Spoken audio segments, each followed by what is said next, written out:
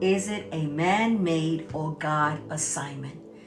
Is it a man-made or God-made assignment? Are we running to do a man-made assignment, or are we running in urgency to complete a God assignment? There's a little creeping voice.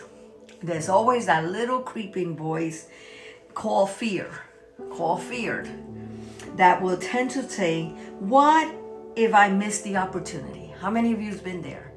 That little voice that said, oh, you probably missed the opportunity. What if I missed an opportunity? But faith would actually tell you, what if God didn't send it? What if God didn't actually send that assignment your way? You know, many of us have been there, and I include myself because I've done this mistake.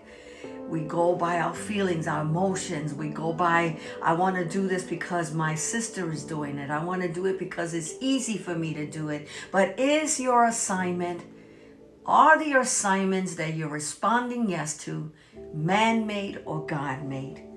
In this season, discernment is very important.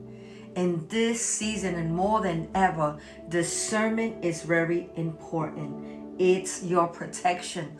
The spirit of discernment is your protection. This reflection, I just want to talk about two things, and I've been saying it on my, on the theme. Is it a man-made assignment, or is it a God-made assignment? First, we're going to discuss the man-made assignment. The man-made assignment. A man-made assignment is often birthed in pressure. That's how you know it's man-made. It's often burned in pressure. It looks great. It looks urgent. It sounds important. And it also feels very flattering.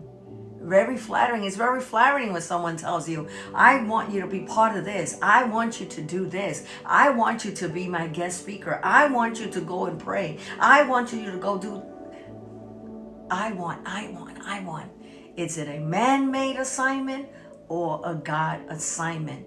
Even, as flattering as it may sound, as good as it may sound, as wonderful as it may sound, as much as you don't want to, that fear of missing out is trying to get you. We need discernment. Even when it sounds urgent, even when it sounds flattering, even when it sounds so good, we need discernment. We need to know 100% sure that it's God made, that it was God inviting you, that it was God sent. Because even the things that look and sound great, it might not be God's will for you to go. I have to pray about the invites. I have to pray about the reflections. I pray and ask God guidance for everything.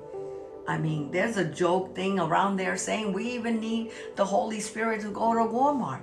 But it's so true. The Holy Spirit should be our to-go person for everything, even when the thing sounds so good and flattering.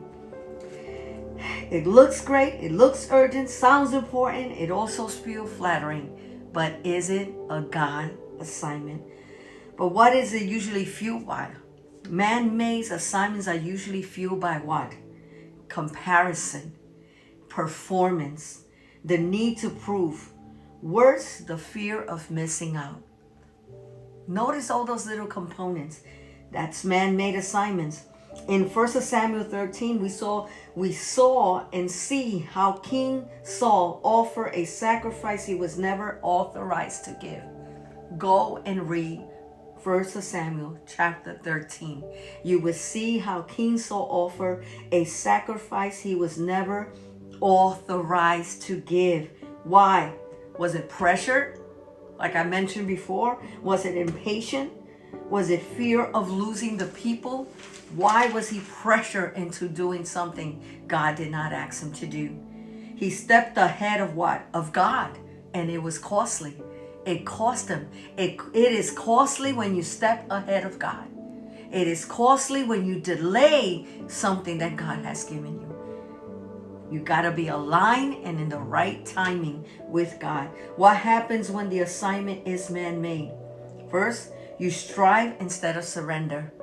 You find yourself striving to get everything done, striving to make it happen, instead of just surrendering into God's alignment, that God's in control, that God is leading it, that God is doing it. 2, you maintain it in your own strength. Man-made assignments, you feel that you're doing everything by your own strength, your own understanding. You're not counting or feeling God aligning or even communicating with the Holy Spirit to guide you and to lead you and to instruct you and to show you and to reveal. I'm telling you, the Holy Spirit should be your bestie, your to-go person. Point 3, you constantly worry about keeping it alive. Even when you see that that man-made assignment it's failing, it's not working out, you constantly just worrying, constantly just striving, constantly trying to maintain it, saying it's working when it's not working, saying it's happening when it's not happening. You say so much that you stop believing. You stop believing and seeing things that are not actually there. Point 4, it drains you. It drains you. And worse, it drains your oil. It drains the oil that God is pouring over you. When you go and give your yes and obedience to a man-made assignment, it drains you and it drains your oil. But the difference is that when you give it your yes and obedience to a God-ordained, sent assignment, you get what? You get overflow, abundance, and the peace of God. And you see everything falling into place. Fear will push you to accept assignments God never wrote or intended for you. Fear will push you to accept assignments God did not make for you. They're not God-made assignments. See you tonight after the midnight hour as we continue, and we'll be discussing what are God-made assignments. God bless.